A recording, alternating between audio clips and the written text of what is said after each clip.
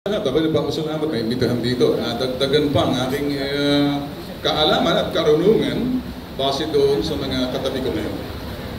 Bihira na nakakahalubilo ko ang mga negosyante, ang mga leaders. Nasa ibaba lagi ako. Nasa ibaba lagi. Pero naintindihan ko sa itaas, ang mga leaders are there to lead with integrity. Ang mga leaders are there to lead and feel the needs of those who wanted help. Punuan ang pangangailangan ng gustong matuto. Ang karunungan, the wisdom and the knowledge come from the leaders successfully doing it.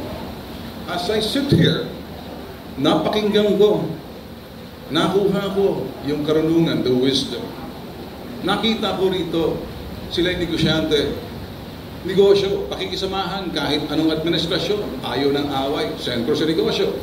Nakita ko ngayon ng negosyante, sa halip ng ipag-away ka, they try to live the best that they can doon sa present system. Nandun yung tiyaga. It is encouraging. It is encouraging, inspiring, motivating to hear people na hindi sumusuko. Nandun yung pag-asa.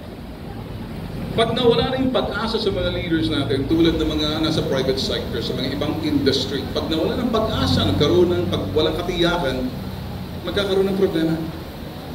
Sila yung mga leaders, sila ang tumutulong sa bansa, sila ang kaakibat ng ating pamahalaan.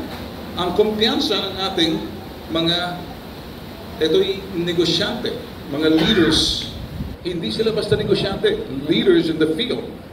Ang kumpiyansa nila ay masusukat doon sa sinasabing tiwala, doon sa nakikita lang sistema. Pero nakikita ko laban sila. So anong natutunan ko ngayon? Walang susuko. It's not an option to give up. Narinig ko lang. Whatever environment, then try and succeed to the best of your ability. Very inspiring yun. Kung sino man nakikinig yun, for small businesses or medium size, you just learn somebody. Wisdom is something of those people either binigay ng buong may kapal or knowledge based on the old and the wise. Not physically or literally old. They are the wise. Sila yun. The wise is for the wisdom. The wise, they have the wisdom. Leader sila. Maraming matututunan. Anong natutunan kayo? Nahikayat pa ako. Nakita ko ngayon, yung struggle. Positibo sila.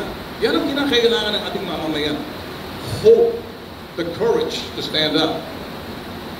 If all else fail, you do whatever it takes, but do not harm others, not prejudicial to others. Make sure, do whatever it takes. Pray. Sabi niya, pray. If you have God, pray. Have faith. If all else, something na medyo nakikita nyo na wala kayong boses, natatakot kayo, then that's where we come in. Na talagang ginawa nyo na. We will protect you. We will shield you. We will do exactly what it takes to make sure na hindi naaabuso, hindi na pagsasamantalahan, hindi nalulokot, hindi napapabayaan. Ito yung mga walang mukha, the voiceless. Ito yung the faceless, walang boses, the voiceless. Kung talagang wala na kayong pag-asa na parang natatakot kayo, then come to us. We will protect your identity. We will tackle that na isa-serve namin kayo kasi negosyante kayo. Natatakot kayo. Negosyante ayaw ng gulo. Gusto nilang patuloy yung negosyo. Wala sila nakakaaway. Kasi kung aaway-away ka, nasisira ang takbo ng negosyo. We can work with you. Anonymity, with confidentiality, and we know exactly what to do. Maraming salamat.